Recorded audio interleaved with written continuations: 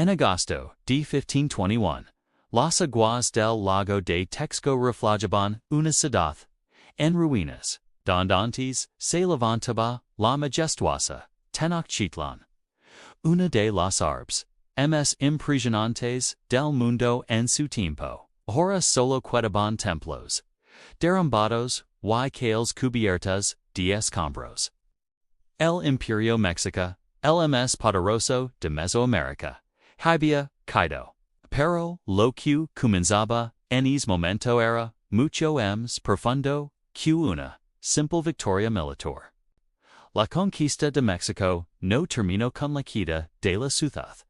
En realidad, apenas estaba comenzando. Para los conquistadores españoles, el desafío más grande no era derrotar a los ejércitos indígenas. Ese objetivo ya se había cumplido. El verdadero problema era otro: cómo gobernar un territorio inmenso, poblado por millones de personas que tenían su propia religión, sus propias autoridades y una forma completamente distinta de entender el mundo. Unos pocos cientos de conquistadores se encontraban ahora al mando de una región organde siglos bio con plagas estructuras políticas. Los pueblos mesoamericanos no eran sociedades simples ni coyotes, estaban organizados en señoríos, ciudades y redes de tributo, cuidadosamente estructuradas. Había gobernantes, nobles, sacerdotes y campesinos, todos dentro de un sistema que funcionaba con reglas muy claras. Los españoles pronto comprendieron algo fundamental: destruir completamente ese sistema sería imposible y, además, contraproducente. En lugar de eso, tomaron una decisión estratégica que cambiaría el destino de millones de personas. No eliminarían la sociedad indígena, la transformarían.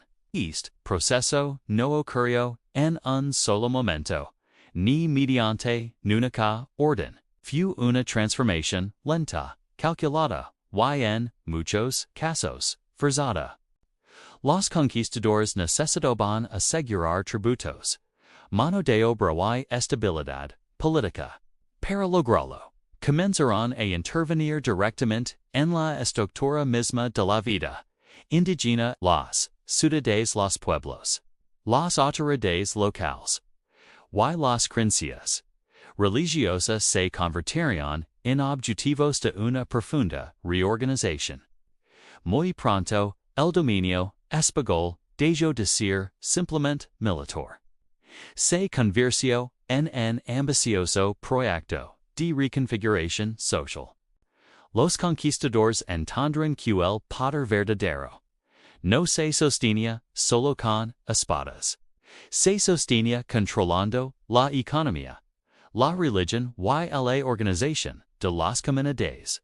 Era necesario crear un nuevo orden que permitiera a un pequeño grupo gobernar sobre una población inmensamente mayor.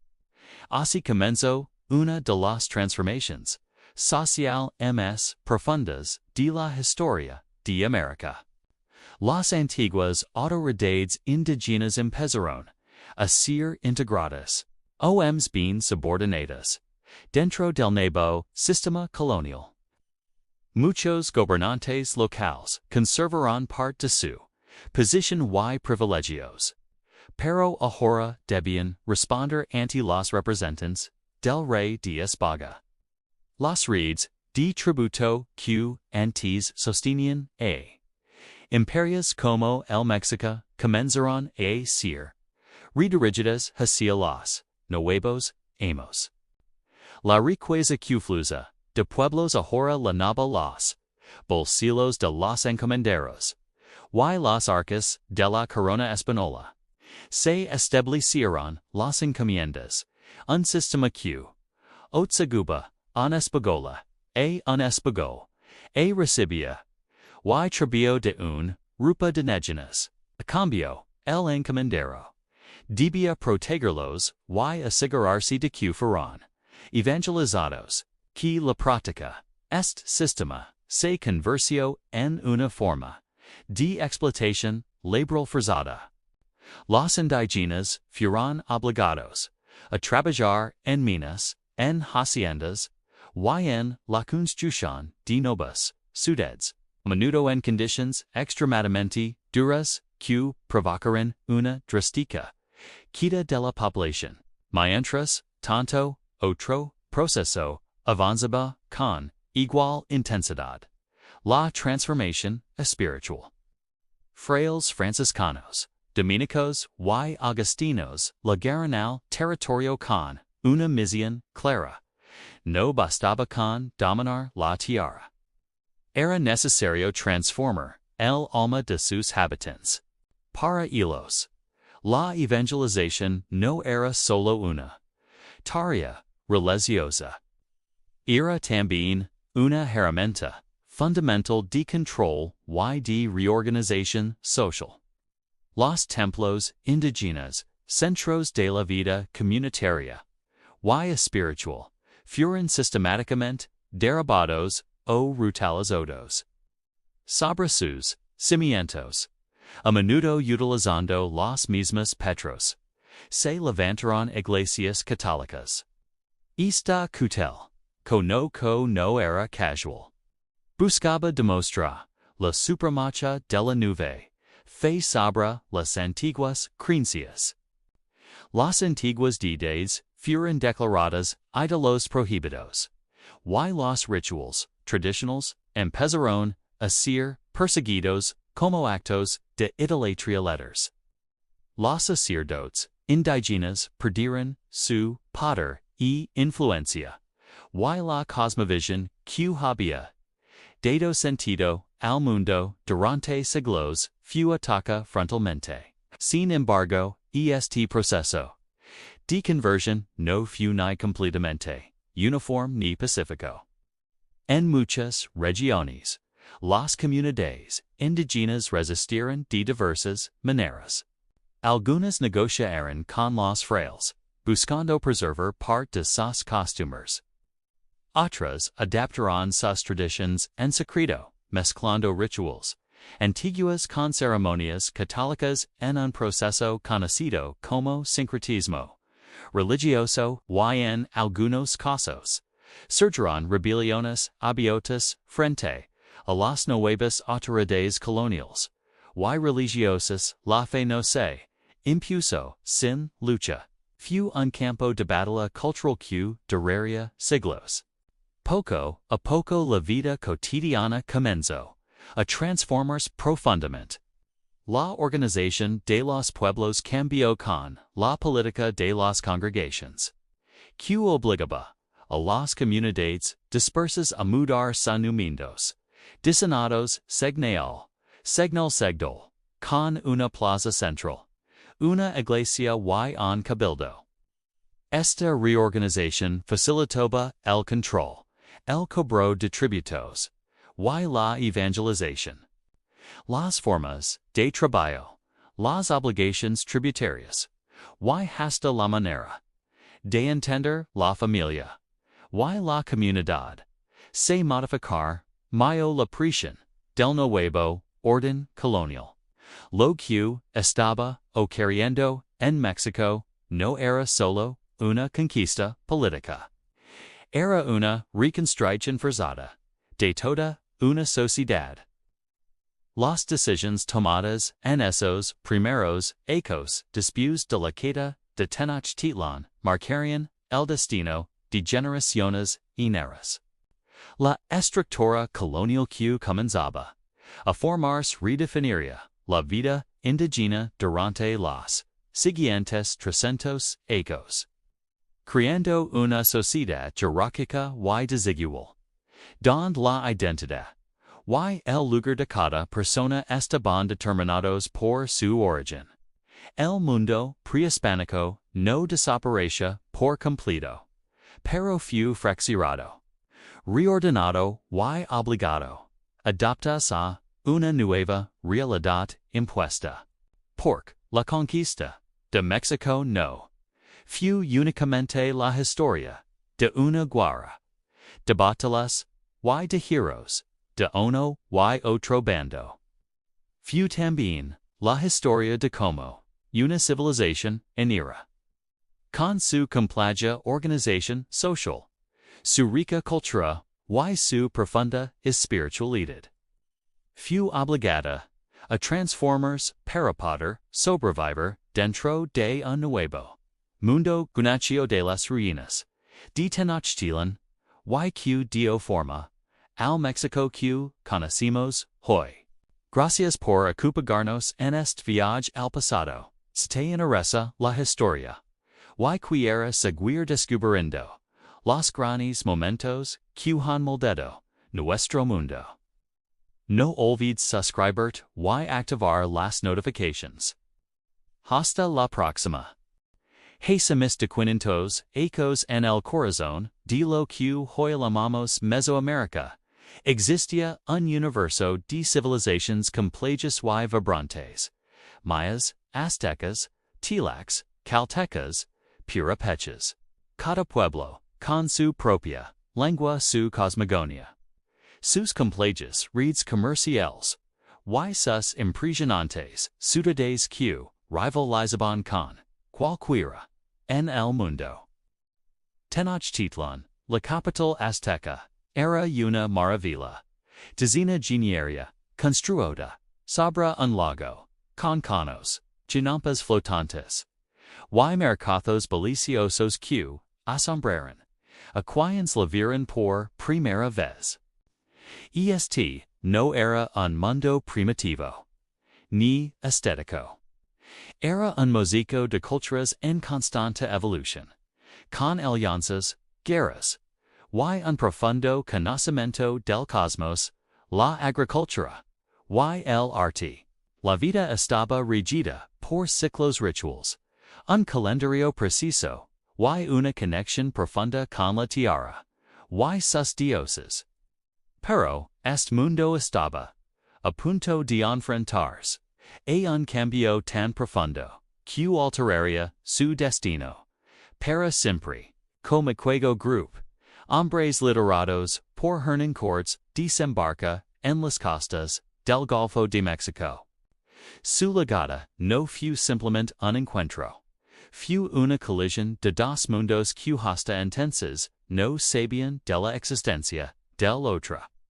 Los españoles traían consigo no solo espadas de acero, caballos y armas de fuego, sino también una visión del mundo radicalmente diferente, impulsada por la fe cristiana, la ambición de riqueza, y la lucha de una corona llana. Para los pueblos mesoamericanos, estos recién llegados eran un enigma. Eran dioses, como decían, algunas profecías o simplemente hombres de una tierra desconocida.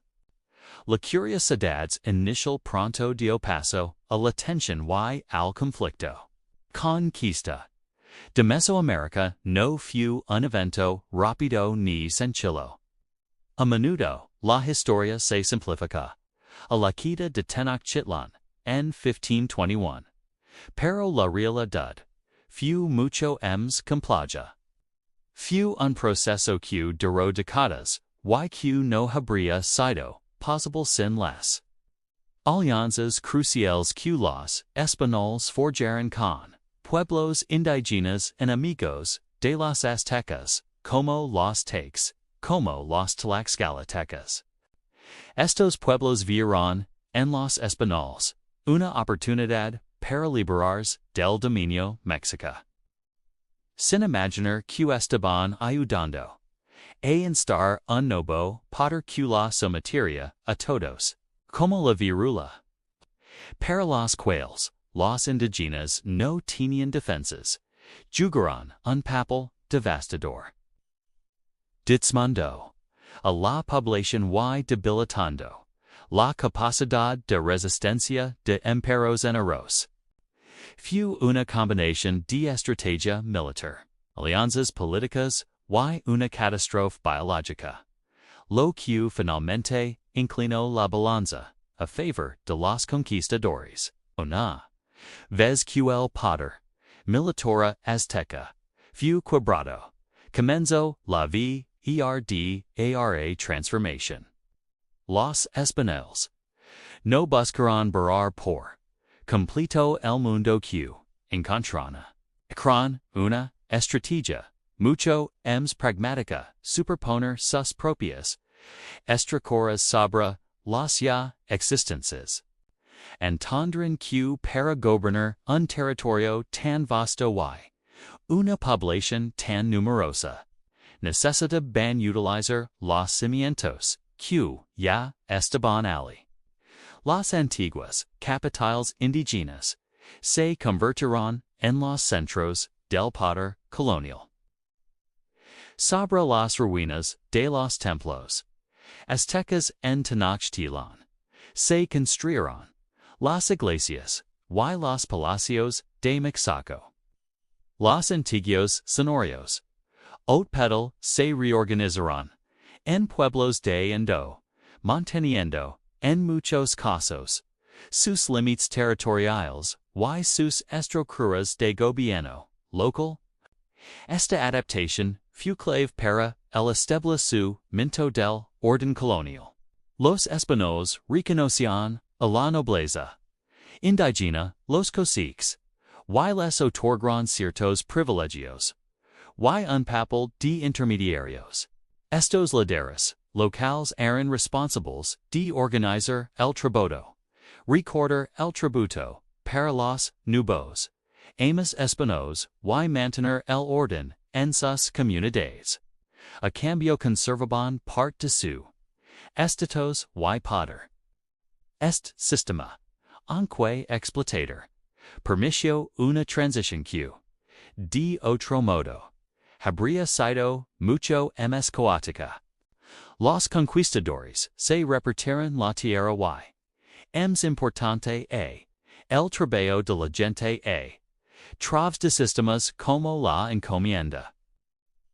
Que en teoría debía proteger y evangelize a los indígenas, pero que en la práctica se convirtió en una forma de servidumbre forzada. La conquista espiritual fue tan importante como la militar. La evangelización fue una prioridad absoluta para la corona española. Frailes, franciscanos, dominicos y agustinos llegaron en masa, ni de convertir a millones de almas al cristianismo. Para lograrlo, aprendieron las lenguas nativas, como el náhuatl, y estudiaron las creencias locales puntos en campón, o para refutarlas más eficazmente. Construyeron monasterios y iglesias, a menudo utilizando las piedras de los templos demolidos. Un acto simbólico poderoso que mostraba el triunfo de la conversión no fue una simple sustitución. El resultado fue un fascinante proceso de sincretismo religioso. Las antiguas deidades no desaparecieron por completo. Sus atributos se fusionaron con los de los santos católicos. Rituals ancestrales se mezclaron con las festividades cristianas, creando una religiosidad popular única que sobrevive hasta nuestros días. La Virgen de Guadalupe, por ejemplo, apareció en el Cerro del Tepeyac, un lugar que antes estaba dedicado a la diosa Madre Tonantzin. Económicamente, el mundo mesoamericano fue reorientado por completo. La economía prehispánica, basada en la agricultura de subsistencia, el tributo y el comercio local, fue transformada para servir a los intereses del Imperio español, que la minería de la plata se convirtió en el motor de la economía colonial. Ciudades como Zacatecas O Guanajuato surgieron de la nata, atrayendo a miles de trabajados forzados, a las peligrosas minas. La agricultura cambió. Los españoles introdujeron nuevos cultivos como el trigo, y la cana de azúcar, y nuevos animales como vacas, ovejas y caballos que alteraron drásticamente el paisaje, y la dia. Las antiguas rutas comerciales fueron reorganizadas, mayor las riquezas de América, principalmente plata hacia Europa a través de los puertos de Veracruz, y Acapulco, conquista económica cloy primera, vez con una red económica global, sociedad, se reorganizó en un sistema de castas basado en el origen racial. En la cima estaban los españoles peninsulares, nacidos en España, debajo de ellos, los criollos, españoles nacidos en América. Luego venían los mestizos, hijos de HI indígena, y una compleja hierarquía de otras mezclas raciales. En la base de la pirámide social se encontraban los indígenas y los africanos tratados como esclavos. Sistema definía el estatus, los derechos y las oportunidades de cada persona. A pesar de esta rigida estructura, la vida cotidiana era un espacio de constante mezcla y interacción. En los mercados, en las haciendas, y en las ciudades. Personas de todos los orígenes convivían, intercambiaban productos, ideas y genes, creando una nueva cultura mestiza que es el fundamento de México y Centroamérica hoy. Sin embargo, esta historia no es solo de dominación y perdida. También es una increíble historia de resistencia, adaptación y supervivencia. Los pueblos indígenas nunca fueron víctimas pasivas.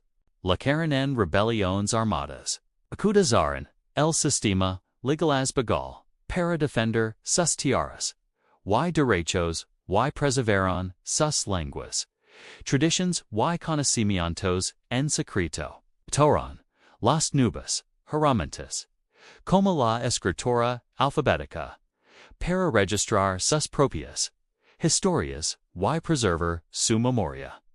El mundo que surgió de esta colisión no fue ni puramente español, ni puramente indígena, fue algo completamente nuevo antiguo complejo, y a menudo contradictorio, nacido del dolor de la conquista, pero también de la increíble resiliencia de las culturas mesoamericanas.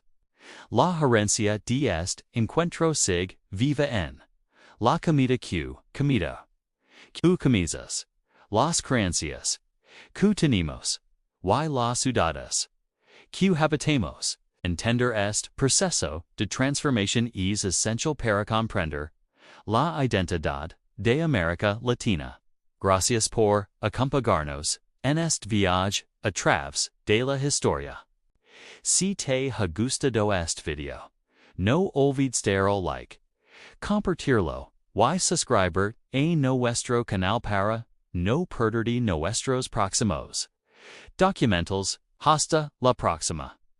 Tras los primeros ecos de incertidumbre, después de la caída de Tenochtitlan, los conquistadores y las autoridades españolas comenzaron a tomar decisiones que definirían el futuro del territorio.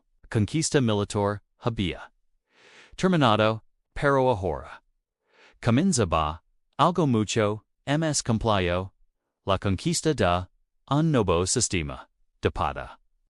Los españoles sabían que no podían gobernar directamente cada pueblo ni cada comunidad indígena. Eran demasiado pocos. Por eso, una de las primeras decisiones fue establecer un sistema que permitiera extraer riqueza y trabajo utilizando las estructuras existentes. Así nació. Una de las instituciones más importantes, YMS, polémicas, del año, de periodo colonial. La encomienda. La encomienda no significaba que los indígenas se convirtieron oficialmente en esclavos, al menos en letters. Cula Samola estableció que los pueblos indígenas seguirían siendo vasallos libres del rey. Pero en la práctica, el sistema funcionaba de otra manera. Asiros, conquistadores se les otorgaba el derecho de recibir tributo y trabajo de comunidades indígenas específicas. A cambio el encomendero debía proteger a esos indígenas y encargas de su instrucción cristiana. En los documentos oficiales, la encomienda aparece como una relación de protección y guía espiritual. En la realidad, muchas veces se convirtió en una forma de explotación. Miles de indígenas comenzaron a trabajar en campos, minas construcciones, y talleres bajo los órdenes de los nuevos señores coloniales. El tributo que antes había a los capitos indígenas ahora fluye a los españoles. Para muchas comunidades, esto significó un cambio drástico en su vida cotidiana. Las obligaciones de trabajo aumentaron. Los productos exigidos cambiaron y el control externo sobre las comunidades se volvió más fuerte que nunca. Sin embargo, el sistema también dependía en gran medida de las autoridades indígenas locales, que sus gobernadores y nobles indígenas no desaparecieron. Al contrario, muchos de ellos fueron incorporados al sistema colonial como intermediarios. Ellos conocen las comunidades, hablaban las lenguas locales y podían organizar el cobro de tributos y la movilización de trabajadores. Pero su papel ahora era diferente. Estructuras políticas indígenas ahora debían responder a funcionarios coloniales, encomenderos o representantes de la corona. Este cambio transformó profundamente la naturaleza del liderazgo indígena. Mientras tanto, otro proceso, igual de importante, avanzaba en paralelo: la evangelización. Pocos ecos después de la conquista comenzaron a ligar frailes de distintas órdenes religiosas, franciscanos, dominicos y más tarde, agustinos, establecieron misiones por todo el territorio. Su objetivo era claro: convertir a millones de indígenas al cristianismo.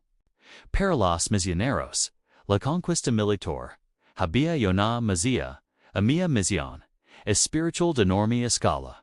Pero evangelizar una región tan extensa no era una tarea sencilla. Los frailes aprendieron lenguas indígenas, crearon catequismos en idiomas locales y establecieron escuelas donde enseñaban cristiana. En muchos pueblos comenzaron a construir iglesias que se levantaban sobre antiguos centros ceremoniales. Los templos dedicados a las antiguas deidades eran destruidos, rutilizados o reemplazados por iglesias cristianas. Los rituales indígenas comenzaron a ser vigilados y en muchos casos prohibidos. Para los religiosos, estas prácticas eran consideradas idolatriales. Para las comunidades indígenas, en cambio, formaban parte esencial de su identidad y de su relación con el mundo. Choque cultural generó tensiones constantes. Algunas comunidades aceptaron ciertas prácticas cristianas, pero al mismo tiempo continuaron realizando rituales tradicionales en secreto. En otras regiones, los frailes intentaron adaptar algunos elementos de la cultura indígena para facilitar la conversión.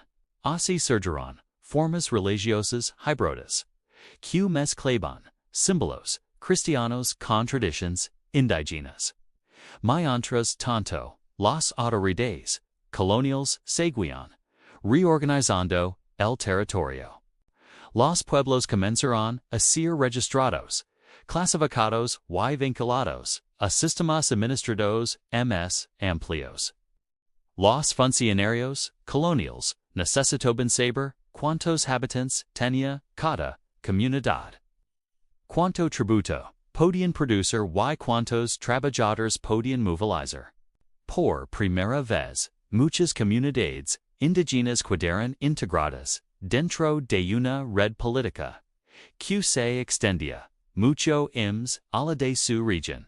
El nuevo orden colonial estaba tomando forma. Este proceso también estaba generando tensiones crecientes. Las comunidades indígenas debían adaptarse a nuevas reglas, nuevas autoridades y nuevas obligaciones.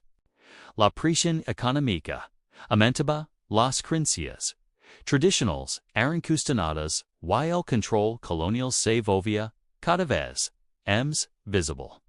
Lo que había comenzado como una reorganización administrativa pronto empezaría a transformar aspectos mucho más profundos de la vida indígena.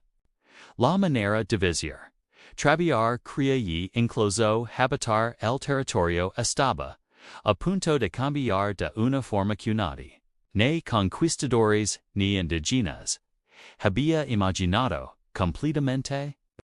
A medida que avanzaban las primeras décadas del dominio español, las autoridades coloniales comenzaron a comprender que el control del territorio requería algo más que tributos y evangelización. Había un problema que dificultaba la administración del nuevo Imperio, la dispersión de las comunidades indígenas. Durante siglos, muchos pueblos mesoamericanos habían vivido en pequeños asentamientos distribuidos por montañas, valles y regiones agrícolas.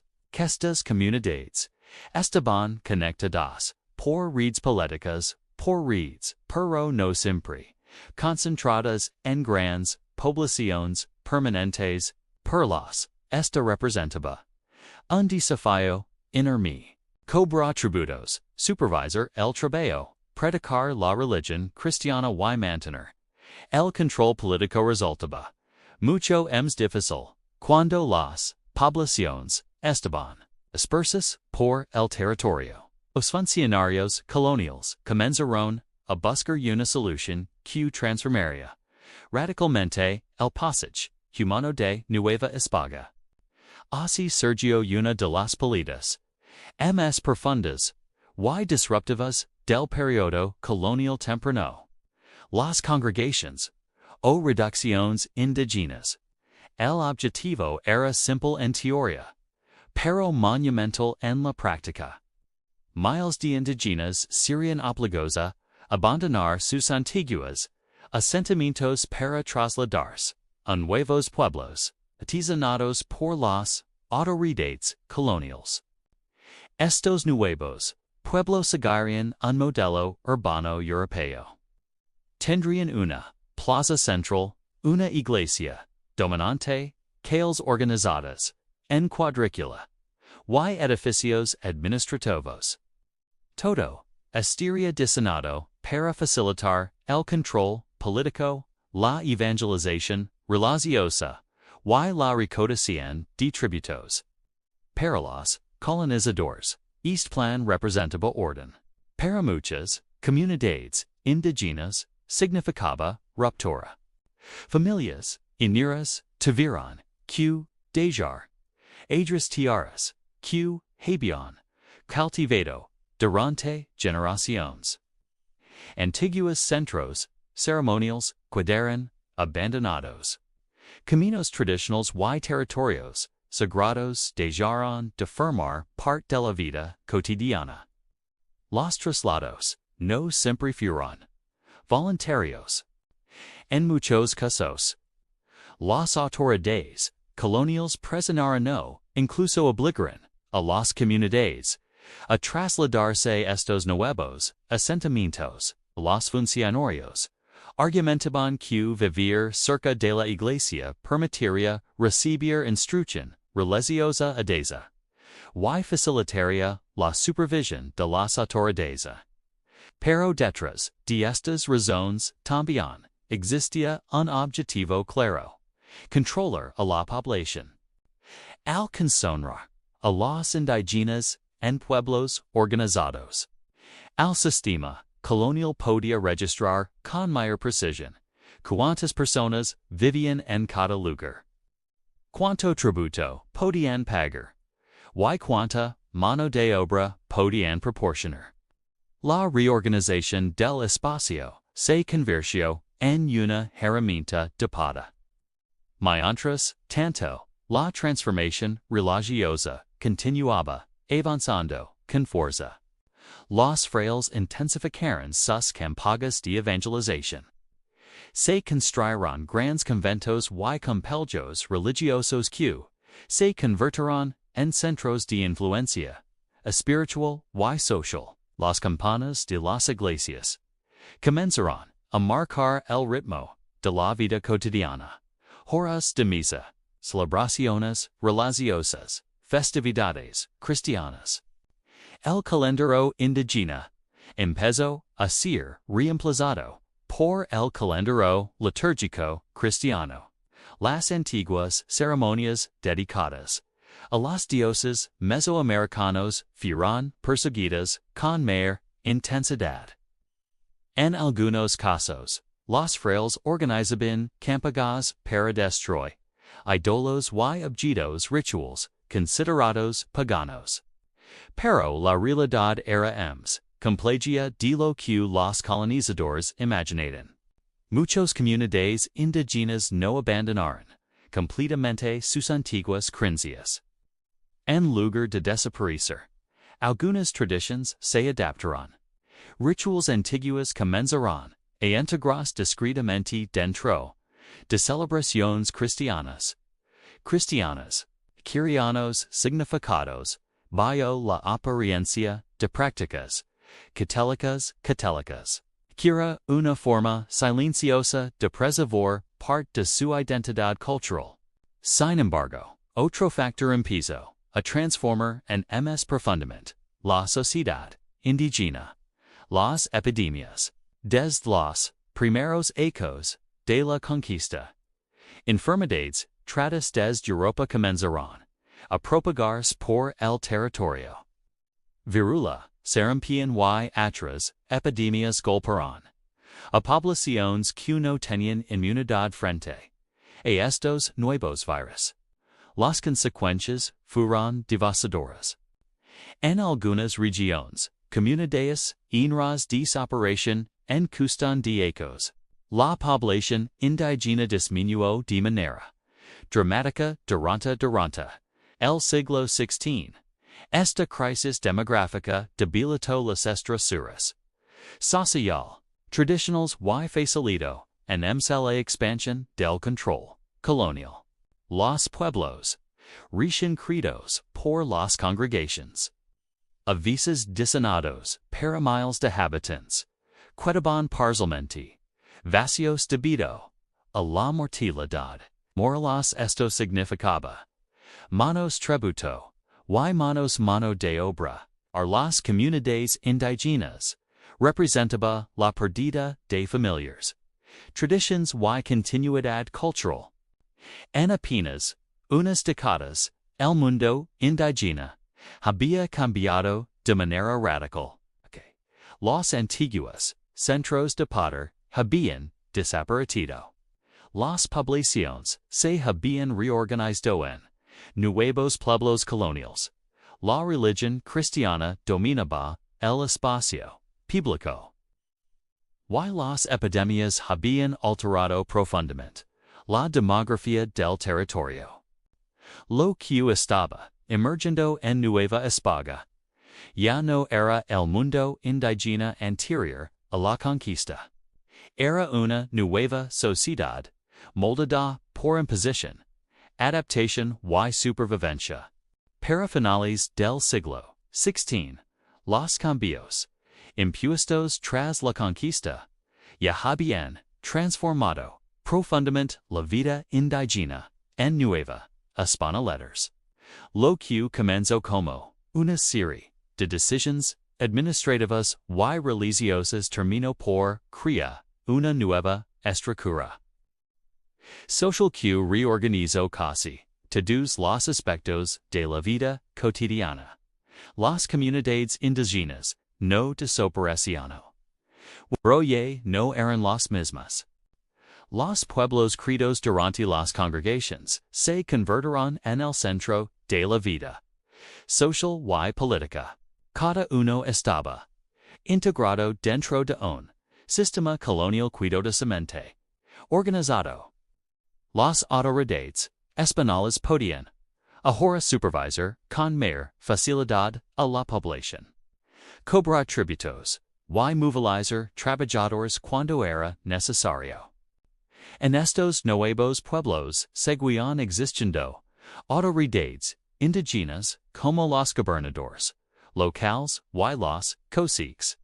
Sin embargo, su poder ya no era independiente. Actuaban dentro de un marco colonial y debían responder ante corregidores, alcaldes, mayores o funcionarios enviados por la corona. Una nueva forma de liderazgo indígena. Muchos caciques intentarán adaptarse al nuevo orden. Algunos aprenderán español. Colaboran con las autoridades coloniales y buscarán proteger a sus comunidades negociando dentro del sistema.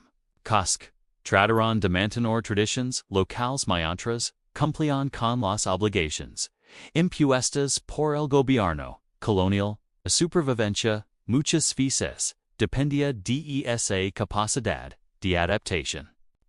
Mientras tanto, la economía cambiando rápidamente, las comunidades indígenas continuaban pagando tributo pro los productos exigidos respondían a las necesidades del sistema colonial. Maize, textiles, cacao, animales de carga y trabajo and obras públicas formaban parte de las obligaciones que sostenían la economía de Nueva España letters. Además muchos indígenas comenzaron a trabajar en haciendas, talleres artesanales y minas que producen riqueza para el Imperio español. En las minas españolas especialmente en regiones como Zacatecas, se convirtió en una parte importante de la economía colonial. La extracción de plata alimentaba el comercio global del Imperio español, con rutas comerciales que llegaban hasta Europa y Asia.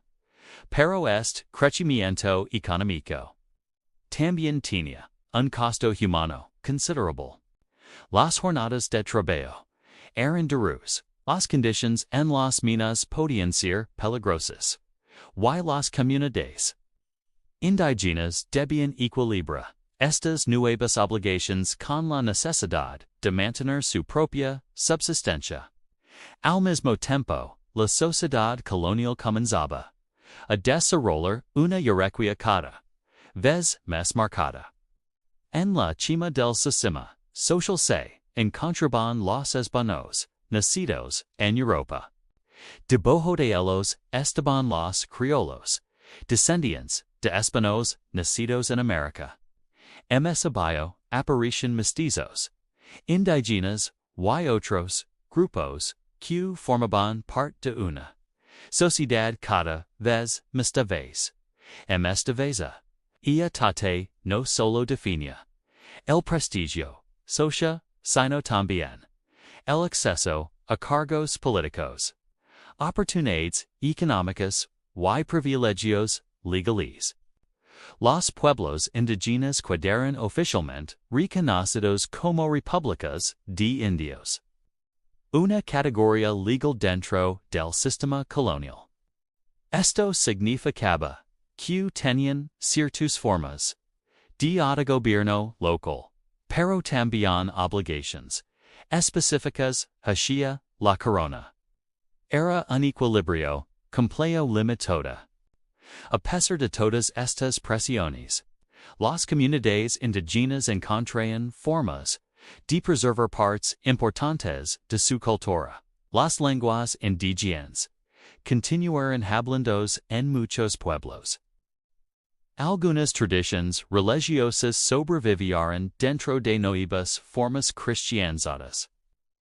Las estructuras comunitarias, aunque transformadas, siguieron organizando la vida colectiva. La resistencia no siempre era abierta. Muchas veces manifestaba en la forma de mantener costumbres familiares, ritos discretos, o formas tradicionales de cooperación dentro de la comunidad. Con el paso del tiempo, este proceso produjo algo inesperado. La sociedad de nueva España comenzó a desarrollar una identidad compleja, donde elementos indígenas y españoles coexisten, chocaban y a veces se mezclaban. La arquitectura de los pueblos, las fiestas religiosas, la organización comunitaria, e incluso la gastronomía reflejaban esa mezcla cultural. Lo que había comenzado como una imposición colonial se estaba transformando lentamente en una sociedad híbrida. Sin embargo, las tensiones seguían presentes. Las comunidades indígenas continuaban enfrentando tributos, desigualdades y presiones económicas. El poder político seguía concentrado en manos de las élites coloniales. Y las heridas de la conquista eran recientes en la memoria colectiva. Pero, a pesar de todo, los pueblos indígenas habían logrado algo fundamental: sobrevivir. En medio de una transformación forzada habían encontrado formas de adaptarse, negociar y preservar partes de su identidad de un sistema que nunca fue diseñado para ellos. Con el paso de los siglos, la transformación iniciada tras la conquista dejó una huella profunda que no desapareció con el fin del periodo colonial.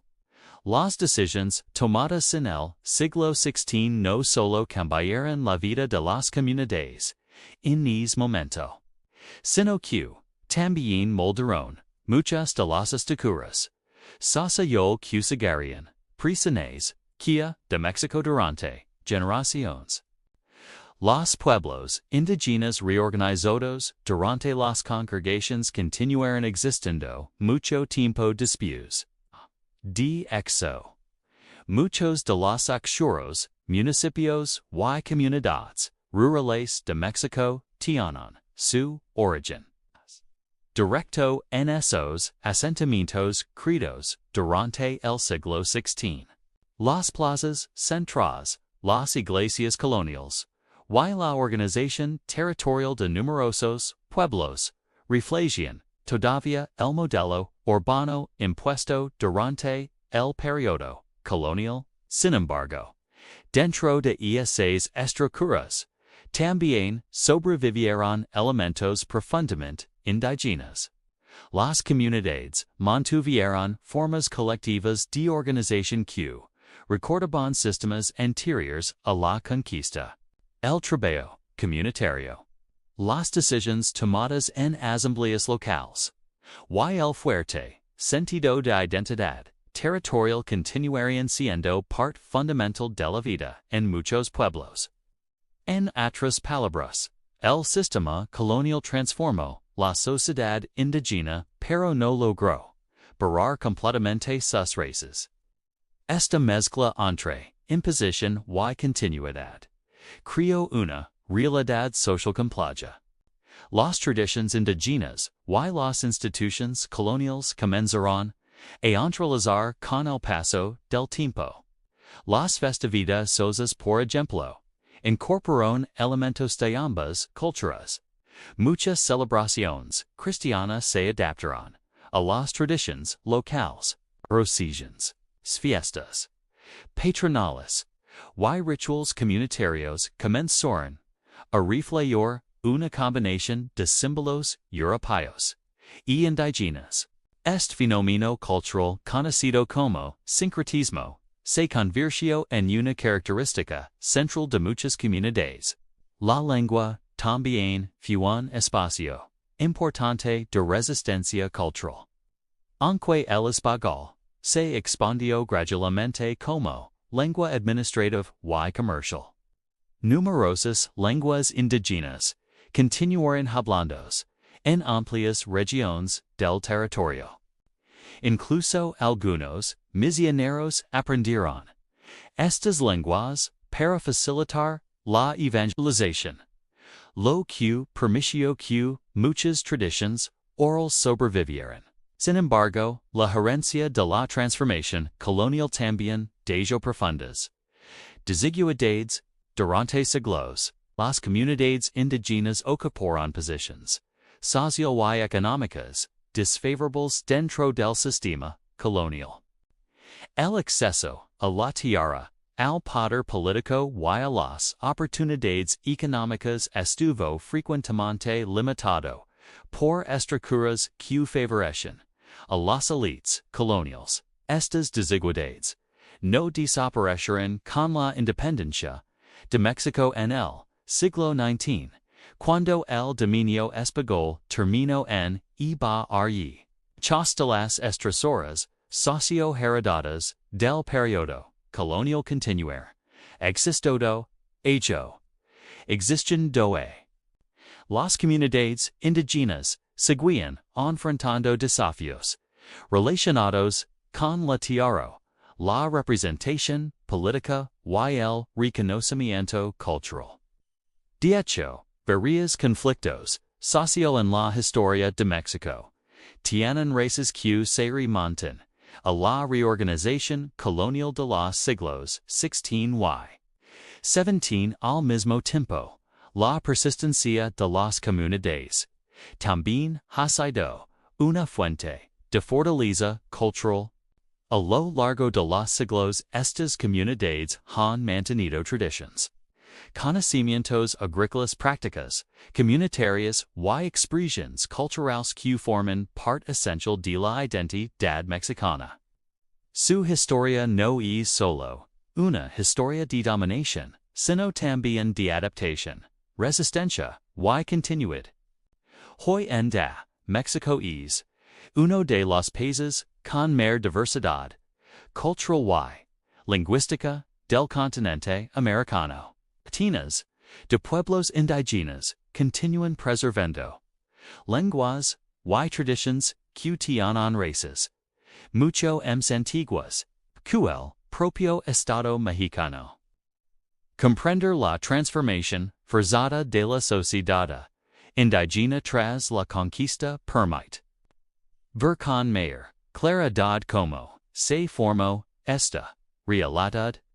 No se trató únicamente de un proceso de destrucción cultural, tampoco fue una simple continuidad del mundo indígena anterior. Fue más bien un proceso complejo donde imposición, negociación y resistencia se entrelazaron constantemente. Los conquistadores intentaron reorganizar la sociedad para servir a los intereses del Imperio español. Las comunidades indígenas, por su parte, lucharon por sobrevivir dentro de ese nuevo orden, sin perder completamente su identidad. El resultado fue una sociedad profundamente transformada, pero también profundamente resiliente. La historia de esta transformación nos recuerda que las sociedades no son estáticas. Cambian, se adaptan, y evolucionan bajo presiones externas y externas. Pero también demuestra algo más incluso frente a transformaciones forzadas. Las culturas encuentran maneras de persistir. Y en el caso de México, esa persistencia sigue siendo visible hasta el dag hoy.